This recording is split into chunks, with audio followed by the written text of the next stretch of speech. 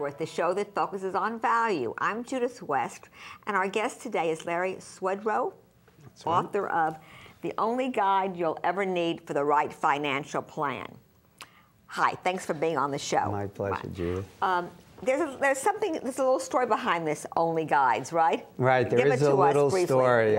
Well, actually, the first book I ever wrote, I wanted to call What Wall Street Doesn't Want You to Know, but the publisher didn't like that title, so he asked me to come up with other suggestions, and I did a little research, came up with a bunch, and he chose The Only Guide You'll Ever Need to Winning Investment Strategy.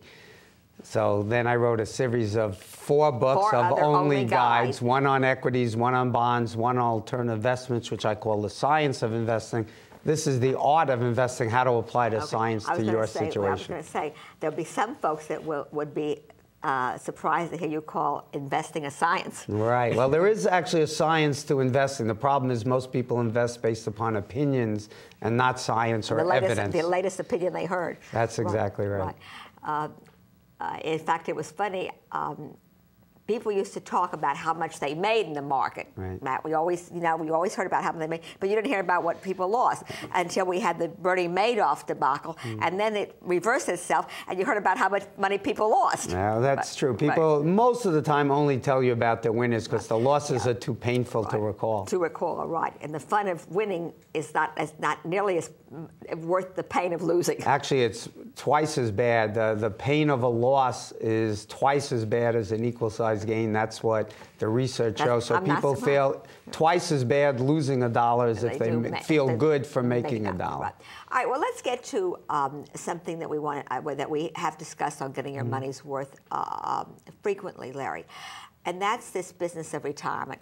For one thing, more retirees are living longer, and now this whole baby boomer demography is retiring. Sure. As a matter of fact, you say 10,000 or more Americans retire every day. That's right. And they're living longer. And they're living longer, which means they have to plan for their nest egg to last a lot longer as well. Okay, so how do you do that?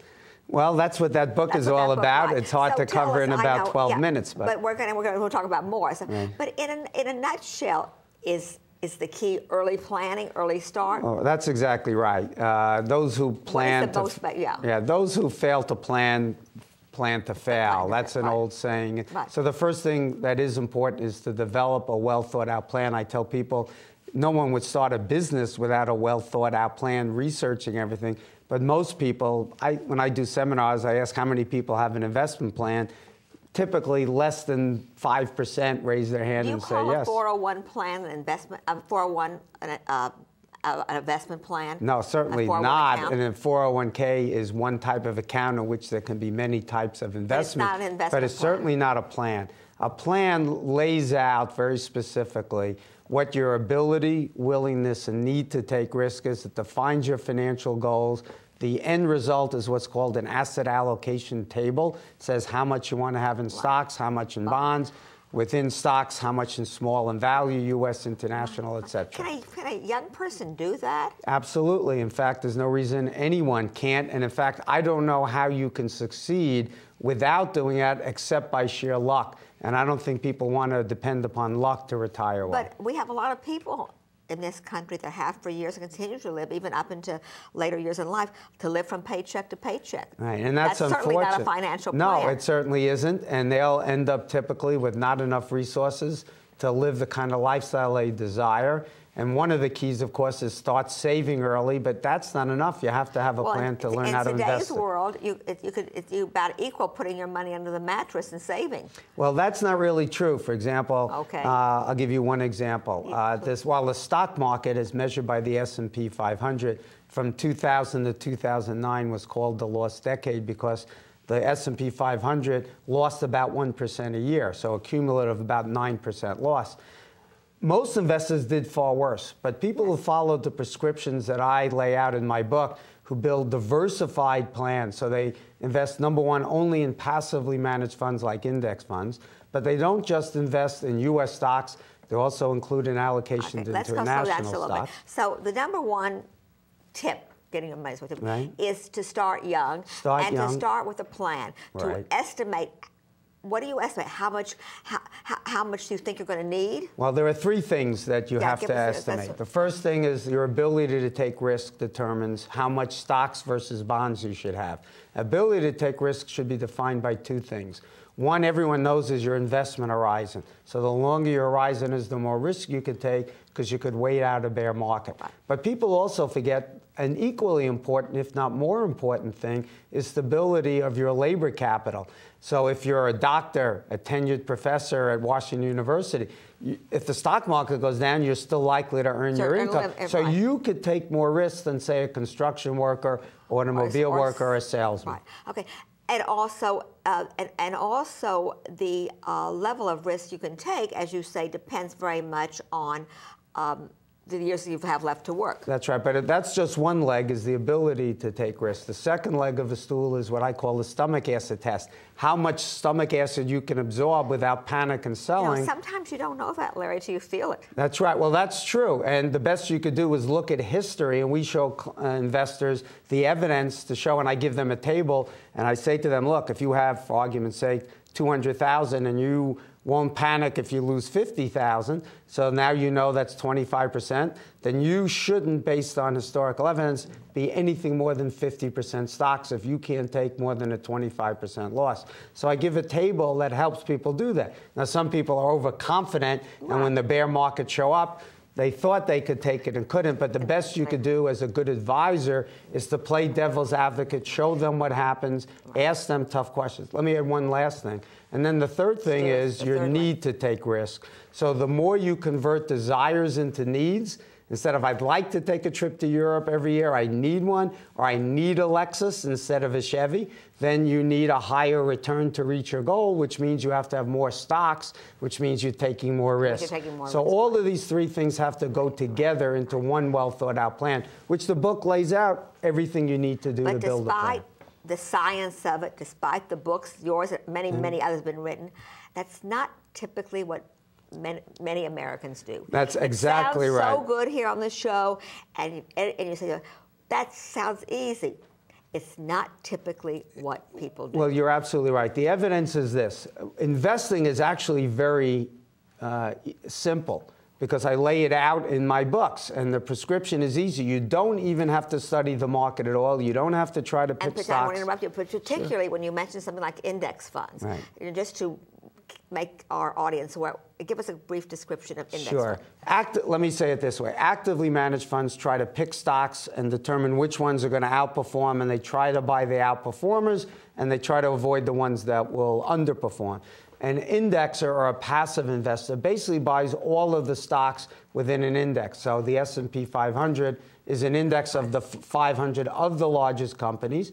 Then you could also buy an index of small companies, or what are called value stocks. You can buy real estate, emerging markets, all these different. They move a lot as the market moves. They move as that asset class moves. And what's important is you want to diversify these things, because sometimes, for example, in that last decade, the S&P lost 1% a year. Real estate, or REITs, an index of them, went up about 10% But, a year. we would be happy, I suppose, as Americans, if folks just bought into some particular index fund, or a couple of them, and left them alone. Not quite, okay? No? So what you want to do, but you're close. I would suggest, close. very close. So what you want to do is buy only index funds or other similar passively managed funds. And you could build a portfolio of even just as few as 3, and that would do better than most people. Exactly. You could buy a U.S. total stock market fund, an international total market fund, and a bond market fund. 3 simple funds. But let's say you decide you want to be, of your 100% of your portfolio, 30% should be U.S. stocks, 30% international stocks, and 40% bonds. 3 months from today, the portfolio will not be 30, 30, 40. It will look like something else. So a passive investor doesn't mean buy and hold and do nothing. It means buy, hold, and rebalance the portfolio to restore it to your risk profile. Because if stocks outperform bonds, now you've got, say, 70%. Now you have too much risk. You should take profits and sell it back to 60. Not because you think the market's going to go down, but just get back to your tolerance. And this is based on the principle of diversity. One of diversifying and two, controlling your risk. And one of the things that... Now, by the way, the hard part is It's easy to sell stocks after you have gains to go back. The harder part for people is when the market goes down and I'm your advisor and I say, Judith, we now need to buy more stocks because you're only at 50%. That's where a good advisor really adds value, keeping you disciplined. It's a funny thing about stocks. I'm a retailer. And in my business, consumers always want to buy things that are on sale and cheap. That's right. In your business, people like to buy high-price stocks. That's right. They never want to buy the low-price That's stocks. exactly right. It's one of the worst mistakes. They tend to, here's the way I say most people invest. They're as if they're driving forward and watching their rearview mirror. They tend to buy whatever has done recently and they pay high prices, and they tend to sell what has done recently, panic and sell low. At low. I teach them if you rebalance, you're not making any prediction. If you buy what did poorly recently, because now you don't have enough of it to match your plan, you will buy low and you'll sell what they'll recently high. So I teach people to buy stocks like they buy socks when they're on sale. When they're on sale. That's what I was exactly right. Okay. Now, but we have a few minutes left, and let's talk about those folks who don't start early. Let's talk about those folks who had a very well-behaved financial plan for them until March 2008 came along. That what are they going to? How are people going to catch up that haven't played the retirement game according to a sensible plan? And then B, what about those who lost so much and have to catch up? Well, here's what I would say What can those kind of disenfranchised folks do? Well, the worst thing to do is to sit there and sulk about it and do nothing. Right. Okay? It's better late than never is the way I would say it. It's never too late to try to save yourself. Well, whatever you do to create a new plan will help you put yourself in a better position than if you do nothing. It's unfortunate. Many people say, well, it's too late for me. I'll just keep doing what I'm doing. You're likely to end up, living a very poor lifestyle dependent upon the government, and I don't think people really want to do that, or your children, perhaps. Right. So the best thing to do is sit down, develop a plan at whatever stage you're in, use the guidelines in my book, and most importantly, the biggest mistake Americans make is they think commodities, goods, and services make them happy. Most people are totally unaware that Americans today clearly are living a much better lifestyle than 100 years ago, but they're no happier. Studies show that there's no difference in happiness once you get to about $70,000 a year in income. It's the important things in life are either free or they're cheap once you have some security. So once you have some level, right. Right. So you have a decent home over your head and you have clothing and food.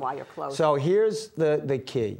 Don't convert desires into needs. Right. Distinguish between, because the good things in life are like reading books to my grandchildren don't cost very much. Exactly. And we've learned, too, in this that the only guide you ever need for the right financial plan. So that's really a good place to close. The good things in life, the memories, the experiences, don't cost very much. Taking a walk with your wife on a beach doesn't cost anything. And also, the other key that I just want to emphasize that you mentioned is, too, if you have enough for a satisfied lifestyle, you don't have to risk it to see how much more you can get. That's right. The strategy to stay rich is entirely different than the strategy to get rich. Right. I mean, the key is to make sure you learn when you have enough, stop playing the game, don't try to get more. That's why I say all the time to any money manager, if the person comes to you rich, keep them that way. The job should be to preserve wealth, not to create more wealth. Thank you very much for being on the show. I appreciate it. My pleasure, Judith. Bye.